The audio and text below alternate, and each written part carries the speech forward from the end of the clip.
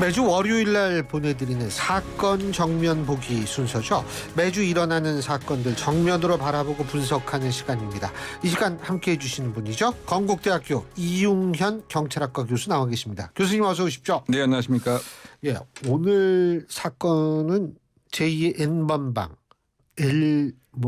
L이라고 그러던가요? 뭐 그런 그 사건, 그리고 포천에서 일어난 15개월 영아 시신 은폐 사건, 이 두 가지를 얘기해 볼 텐데, 자, 이 먼저 호주에서 주범 잡힌 얘기부터 해볼까요? 제2의 N번방이라고 불리는 것.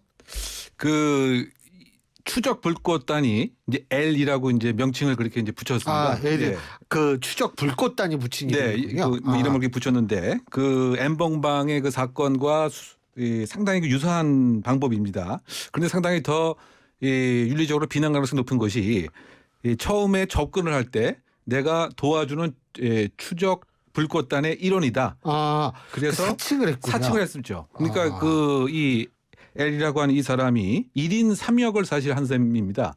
추적 불꽃단의 역할도 하고 또 나도 역시 그 피해자인데 사실상 당신의 이러한 그 영상 뭐 이런 것이 계속 유포되고 있기 때문에 내가 도와주겠다. 그런 역할도 하고 또 이런 협박을 하는 그런 방식 역시 또 가해자의 이런 역할도 한 것이죠.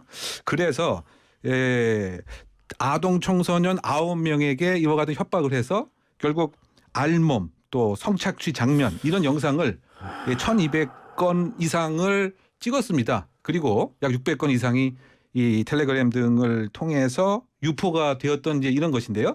그런데 어쨌든 이 경찰이 이 용의자 특정을 여러 각도에서 했습니다. 그래서 그 140여 곳에 압수수색도 하고 그래서 전국적으로는 그 호주 경찰과 결국은 이 공조 수사가 잘 이루어져서 그 지난 23일 결국은 시드니 근처에서 전격적으로 체포가 가능한 그런 상태가 이루어졌고요. 또 그 당시에 그 휴대전화 2개도 압수수색을 했습니다. 그랬더니 한 휴대전화에서는 이미 초기화가 되어 있었지만 나머지 한 대의 그 휴대전화에서는 그 마지막 피해자하고 연결되는 그런 그 증거도 있었고요. 또 여러 형태의 그런 그 압수 동영상물, 이른바 그 이 성착취 동영상이라고 하는 이제 그런 것이 파악이 되었던 그런 상황입니다. 몇 살이나 먹은 사람이 이런 만행을 저지른 겁니까? 지금 뭐 20대 그 중반이고요. 그 TV 화면에 우리가 그 볼 수가 있었습니다. 상당히 그 건정한 뭐 체격인 것 같고 그 호주에 이민을 가서 이민 간 네. 그런데 어쨌든 아직까지 국적은 한국 국적을 갖고 영주권으로 있어요. 있고 국적은 없을 수 있죠. 네, 뭐 그런 이제 그 상태이기 때문에 지금 현재 국내에 빨리 이 송원하는 것이 필요하다라고 하는 여론도 있지만 호주가 그 미성년자 성착취물은 훨씬 세지 않습니까? 네, 그러다 보니까 지금 그 네티즌 여론은 빨리 그 범죄 인도 청구를 하는 것보다 차라리 호주에서 재판을 받게 하는 것이 장기 양형을 가능하기 때문에 뭐 이런 여론도 있는 것입니다. 그런데 어쨌든 지금 피해자나 가해자가 모두 한국인 상태이기 때문에 우리 그 수사 당국에서는 가급적 우리 법에 의해서 이제 처벌을 하려고 하는 이런 계획인데 그런데 호주 입장에서도 호주라고 하는 사실상 그 형사 주권도 중요하지 않습니까? 그렇죠. 호주 관계 당국에서는 우리가 이제 처벌을 하겠다. 이제 뭐 지금 그런 지금 상태인 거죠. 교수님, 이름은 어때요? 호주에서 처벌받아가지고 오랫동안 여기서 살다가 이제 우리나라에서 저쪽 형기 끝나니까 이제 우리도 또 추가적으로 좀 벌을 주겠다. 이런 건 불가능한가요? 그것도 이제 뭐 가능은 합니다. 그냥 동일한 범죄 사실이 이제 아닌 경우에 있어서 동일한 범죄 사실이라고 한다면 그 호주에서 형을 예를 들면 10년을 살았다고 하면 그 10년을 이제 산입해서 동일한 사실에 있어서는 재판이 이루어진 경우 포함을 해줘야 되는데 지금 이제 말씀하신 것처럼 지금 이 죄질의 그 모습이 동일하지 않을 수도 충분히 있거든요. 예를 들면 소지하는 경우, 제작하는 경우. 그런데 지금 호주는 일단 아동 영상, 성착취 영상물을 소지한 것에 대해서 혐의를 인정한 거기 때문에 우리가 그 제작까지 사실은 달리 또 처벌을 하게 되면 지금 말씀처럼 거기서 약 15년을 형을 복역하고 나서 그 다음에 범죄 인도 청구를 받아서 다시 새로운 그 혐의, 제작 혐의로 우리도 그것은 이제 15년까지 장기간이 가능하기 때문에 그렇게 된다면 뭐 최대한 양형 자체가 올라갈 수 있는 뭐 그런 가능성이 있긴 합니다.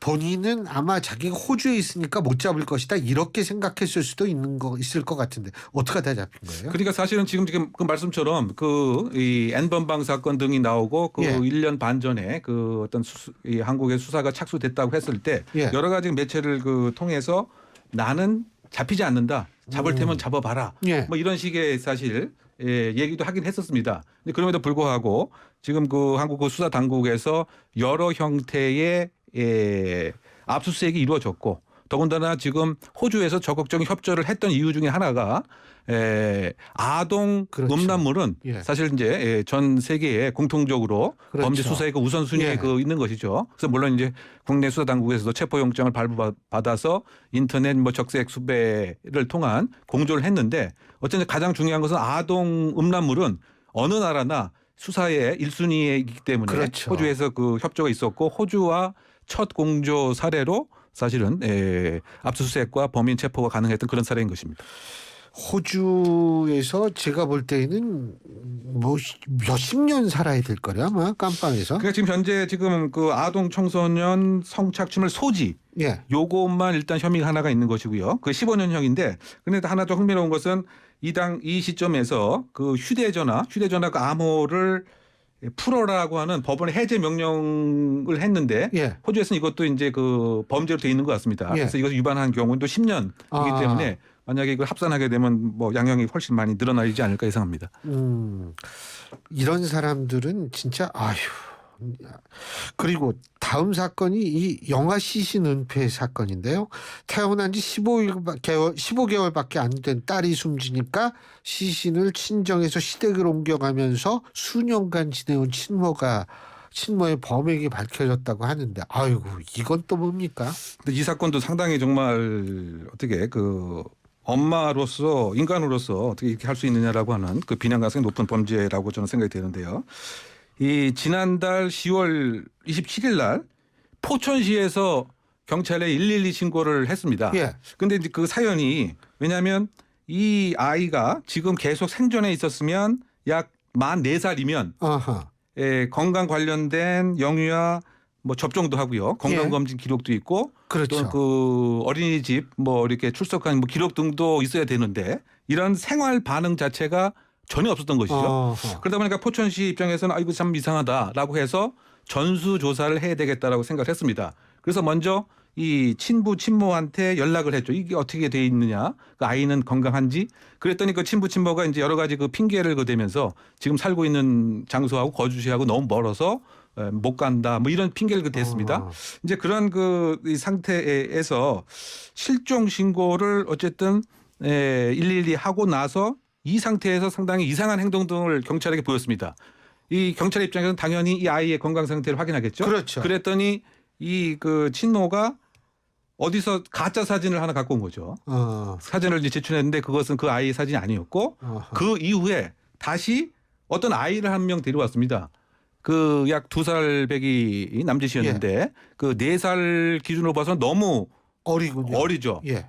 그러니까 이 아이는 현재 동거하고 있었던 그 남자하고 같이 이렇게 낳은 아이였기 때문에 이 4살짜리 아이가 또 아니었습니다. 이렇게 계속 이제 그 거짓말 또 여러 가지 그 가짜 아이를 데려오고 이런 그 상태가 지속되다 보니까 이제 경찰이 이것은 단순한 실종 사건이 아니다. 이것은 이제 강력 범죄의 가능성이 있다라고 해서 강력 범죄 체제로 전환을 하게 되었던 것이죠.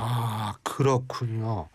그러니까 이제 막 이 경찰의 수사망이 막 좁혀오니까 그 뭐 본인들이 이제 계속 거짓말을 하니까 거짓말은 거짓말을 낳고 이렇게 되는 거 아니겠어요? 네. 결국? 그러다 보니까 거짓말 자체가 또 여기서 멈춘 것이 아니고 이 아이를 내가 어쨌든 뭐 외력을 행사하거나 뭐 사망과 관련이 없다고 하는 점을 강조하기 위해서인지 친정집의 그 길 앞에서 이 아이를 그냥 버렸다라고 또 얘기를 하면서 그 상황을 이렇게 재현까지 하는 이런 또 거짓 행동도 함께 했었습니다.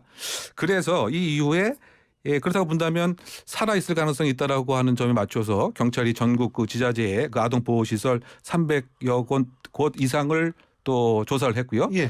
또 그렇다고 본다면 혹시 모르는 상태에서 사망할 가능성이 있지 않는가라고 해서 국과수에 이른바 그 DNA 그 대조까지 하는 이런 조사를 했습니다만 여전히 밝혀지지 않는 이런 상태였고 아하. 그래서 그 거짓말 탐지기 조사 또 경기 북부청의 미제 사건 전담반 프로파일링 투입 등등을 하는 수사의 그 압박 때문에 결론적으로 전 남편이 이런 사항을 이제 실토를 하게 되었습니다. 그리고 그제서야 이제 이 A 씨가 이 자백을 하게 되었는데, 근데 이 사항도 상당히 그 비인간적인 것이 그렇다고 본다면 이 사망을 하고 나서 신고를 하지 않고 베란다에 방치했다는 거죠. 그리고 나서 캐리어 예. 캐리어 운반하는 예, 예. 가방 같은 것으로 친정집으로 옮겼습니다.